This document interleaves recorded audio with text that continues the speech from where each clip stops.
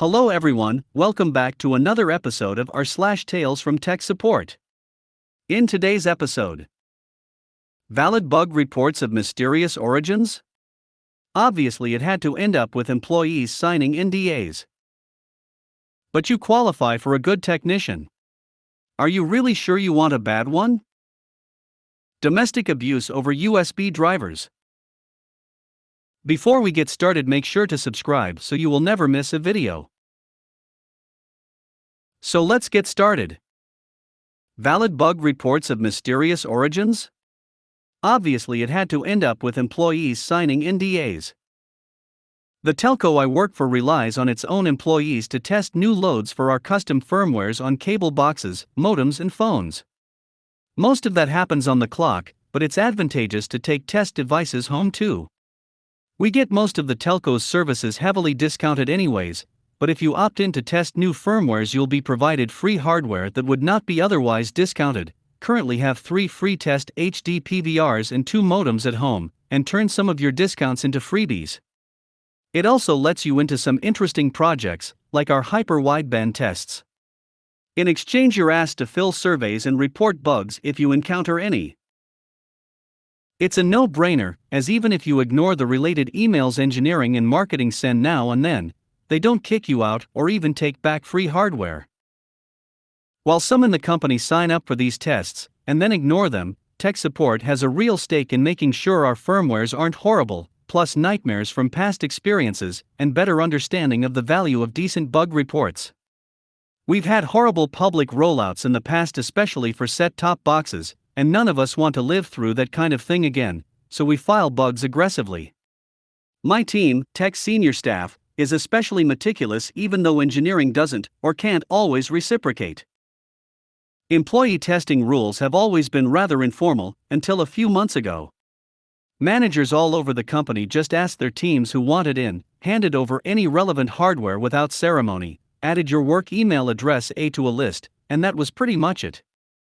Since management had no intent to recover test hardware, it was pretty much fire and forget to them. They usually reminded us that everything not released to the public is confidential, and that we might face disciplinary action if we leaked any information though. Since as employees our jobs are on the line in theory, that was always good enough. It worked that way without incidents for a couple decades. Then my boss' phone right behind me rang at work repeatedly on a day he was away, until I got tired of the background noise and looked at his caller ID. It was the TV technical product director, in charge of overseeing STB engineering among other things, so I picked it up. Bytewave, boss stuck in something uptown for the day, this is Bytewave. You called him 6 times? TVPD, okay. Yeah, bit of a pickle. STB Engineering's been getting multiple bug reports from an unknown source involving confidential firmware updates. CCing you about it. Whoever is sending them is doing so through a Gmail address, and is not replying to requests for identification. They're valid bugs, but I need to know who is sending them in. MAC address provided in their reports is a box issued to your team. Bytewave, if they're good reports, given how much you usually insist that we file all and any bugs, I'm kinda surprised to hear you saying this so nervously. TVPD, for clarity, this may become legal's problem if we can't identify who is sending this in today. Is there any way to get me a name?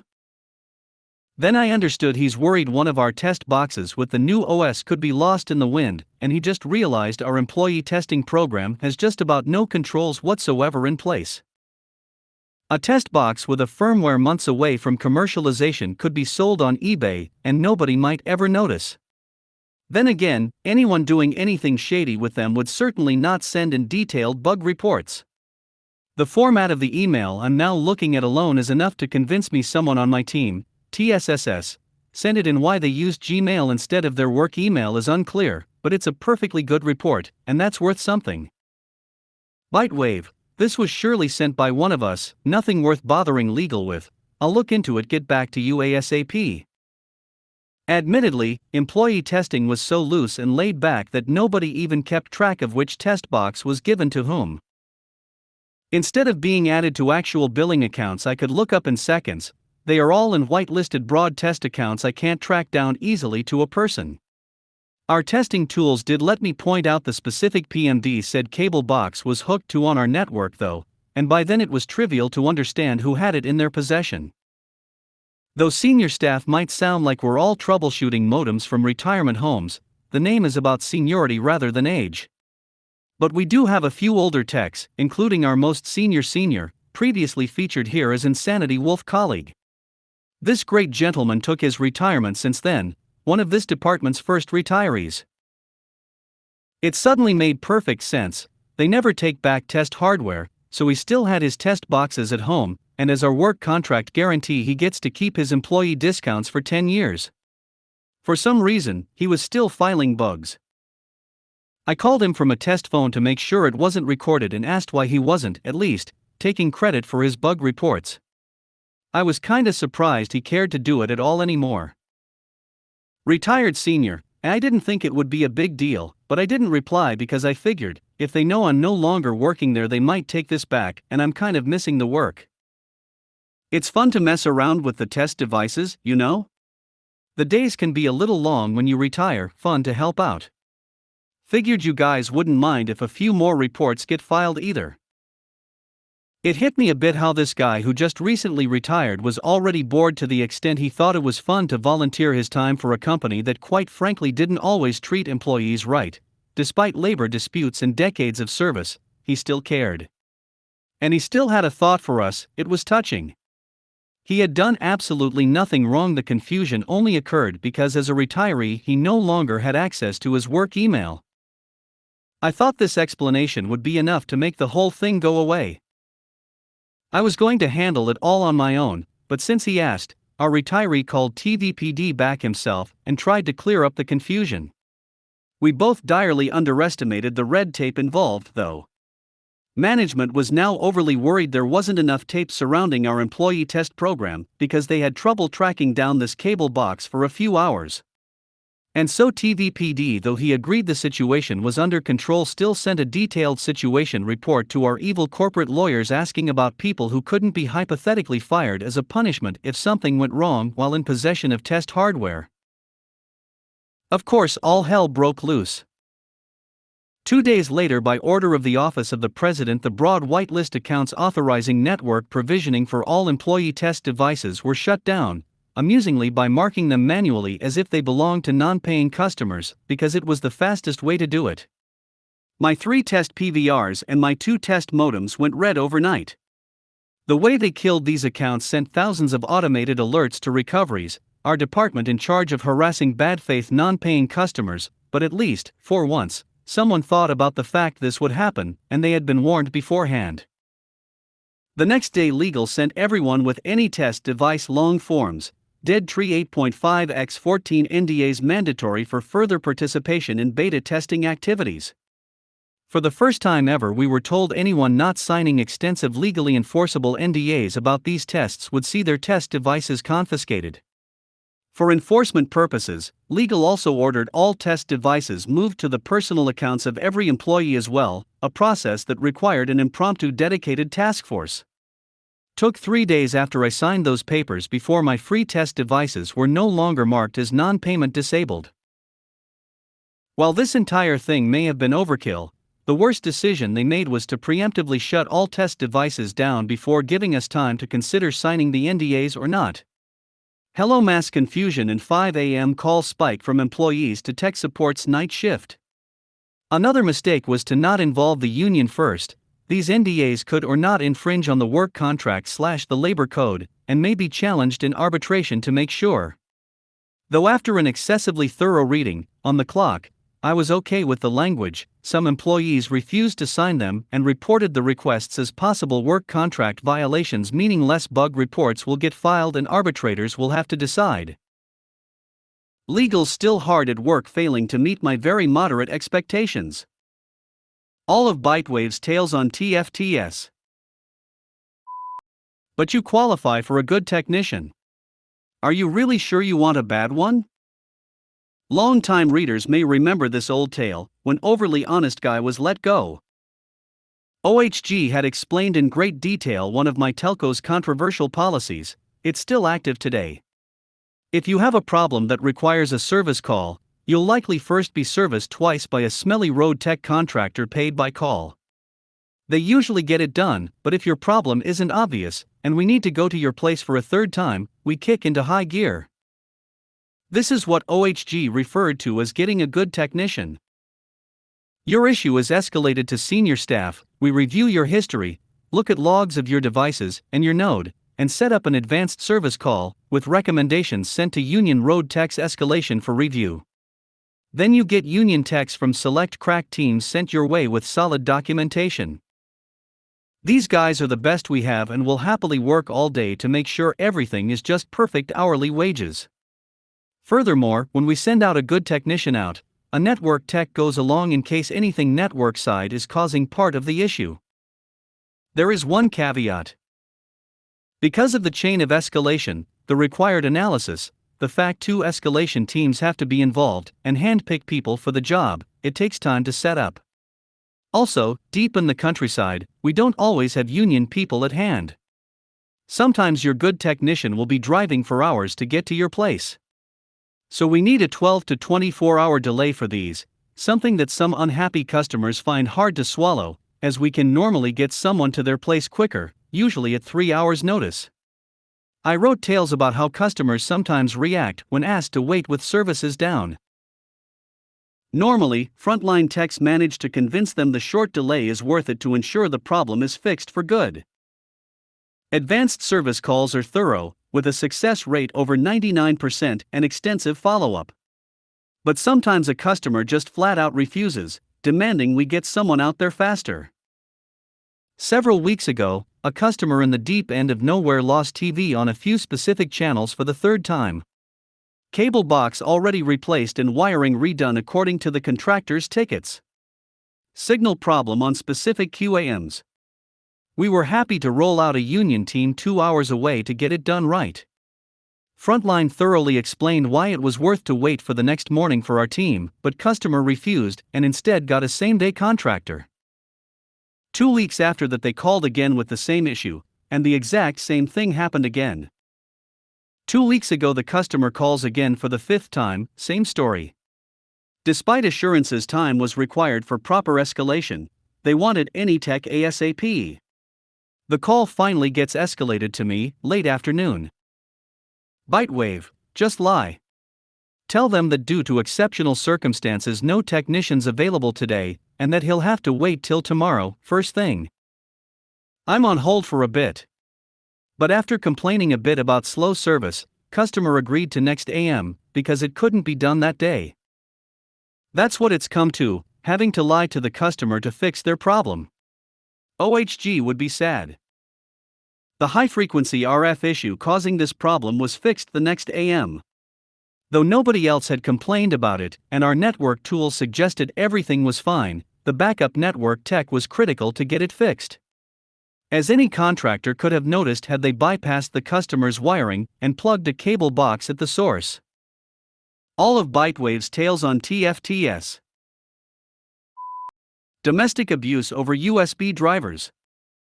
10 years ago when I was starting out as frontline tech support for a North American ISP. After a couple weeks of training I was given a shiny new headset and assigned a desk. On my second or third day actually taking calls. A polite-sounding man calls me saying his internet is not working anymore, he seems quite relaxed about it. His file pops up, he's almost 40 and lives in a rural area. I quickly check the modem with the tools, it's online but there's no Ethernet or USB showing active. I tell him our tools show a problem with the connection between the modem and his computer, and have him check the color of the wires. Once we knew it was a USB cable, and that it was solidly connected on both ends, the call was promising to be very straightforward. I lead him without too much hassle to his device manager, which showed no active network adapter and of course, an unknown device that went away when he unplugged the USB cable. Easy pie. Bitewave, okay, your USB drivers are not installed correctly right now. We can fix that easily if you still have the CD-ROM that we gave you when we installed the modem. Do you? Customer, wait, this was working fine when I used it last night, I don't get it. A pause. "One moment, sir," he asks. Then I hear him screaming out of the blue. "Jane, when did you last touch my computer?" A woman comes in the room and meekly says, "This morning, honey." Customer, B asterisk asterisk asterisk asterisk. "You broke it. Look." I hear a little squeal from her. Jane, "Sorry, I don't know what I did wrong, it seemed okay." Customer, "Get your ass in the closet and start looking for the CD-ROM to fix your mess now." He's suddenly and freakishly talking to me very politely again. Customer, "Excuse me, sir, will you give us a minute to find the CD-ROM? Remind me what color it was and what's written on it." I'm a little shaken, but I tell him about the logo and the color information, which he promptly screams at the girl. I check in his file. Jane is authorized to the account, and since we used birthdays to ID customers, I see that she's just 21. Not too sure how to react. I'm AN00B, so for now I just press the button that records the rest of the call and flag it for review. Back then they weren't all recorded. Customer, "This shouldn't take long, sir," he tells me. A minute goes by. Customer, "HEY, move your A asterisk asterisk faster. They have someone waiting. To help me fix your dumb mistake. And no more computer for you." I hear him dropping his phone on the desk. Still screaming, he's walking away from the phone. I hear a faint apologetic reply that goes about like, "I'm so sorry, I'm not finding it, I don't know, we put all they gave us in this box. I didn't move it, I swear." Customer, "OH for F asterisk asterisk S sake, you see asterisk." Then I hear something that sounds like a slap, and she starts crying. Then there's a thud and crying intensifies. That was my cue to get online too. 911, 911, what's your emergency? Bitewave, I work in a call center, and I have on the other line a man hitting a woman. He's angry at her over a technical problem we're trying to solve. She's crying badly. The call is being recorded. I give her his phone number. She doesn't sound fazed one bit. I guess for her this is as routine as any RF problem. 911, okay, I have the address, nearest car is 10 minutes out. Can you conference me in and try to calm him? I will stay muted unless things escalate, but help is on the way. I set up the conference and pick up line 1. Customer, "Oh, there are you, sir. I was afraid our line got cut," he says quite calmly. I facepalm for forgetting to tell the 911 operator he was extremely nice with me, but the girl is still crying in the background. Bitewave, "Oh no, I'm here, sir. I'm sorry, I was just making arrangements to have a CD-ROM with the USB drivers sent to you today if you haven't found yours yet. This is a minor issue at worst. Even if you don't have the old one, we can have you set up within a few hours with new drivers." Customer, "OH, will you shut up already? Go away, you useless B asterisk asterisk asterisk asterisk," he yells, just faintly blocking the sound with a hand on the phone. There's another noise that sounds like a hit of some sort and more crying that rapidly leaves the room. Customer, "Sorry sir, you know how they can get. Look, I thought this was a network problem or something, but obviously the problem is living right here. I'll have to take you up on that backup CD. Any charges for this? They cost $5, normally $40 more if we needed a tech to hand deliver one. But I was afraid he might hit her more if I told him the problem would cost him $45, or unless he wanted it snail mailed." Bitewave, "No, since it's the first time, I'll set up the service call for you for free. I'll just put it in your file. Should we need to come again for a matter that is not related to our network or our equipment, there will be a standard fee." Customer, "Oh, you better believe that won't happen again, thanks for helping with this." Then he abruptly hangs up and I'm left with the 911 operator. Bitewave, he cut the line. "How far away are they?" 911, "Close, thank you, you did great. Do not send a technician there today, the man is obviously unstable. Can you have it mailed? We'll explain there's no technician coming." I was obviously happy to do that and set up a mail order instead of a service call. She asked if I was okay, and then cut the call. Then I notice my manager hovering over my desk. First manager, is everything okay? I got the recorded call notification and saw there's 911 on your line too. Bitewave, not really okay, a guy was beating his girlfriend because she maybe uninstalled his drivers. He thought I was kidding, then quickly realized I wasn't, and yet still. First manager, okay, well why didn't you come see me before calling the police, WTF? Bitewave, dude, because you're not the police. Look, I need a few minutes here to document this call and close the ticket, can this wait a minute? First manager, alright, log off and come at my desk when you're done. He shrugs. After lengthily covering my as in writing about the call in our system, I introduce myself to an older guy nearby who I assume has been working there a while. Bitewave, look, my new boss just said something really weird. Who's the union stew on the floor today? First steward, I'm one of them actually, nice to meet you. What's up? Bitewave, yeah, I just had a call where the customer beat his wife as we spoke and connected in 911. First steward, wow, really? That's crazy. You okay, kid? Bitewave, yeah, but the supervisor asked me why I didn't go to him instead of calling the cops. He facepalms.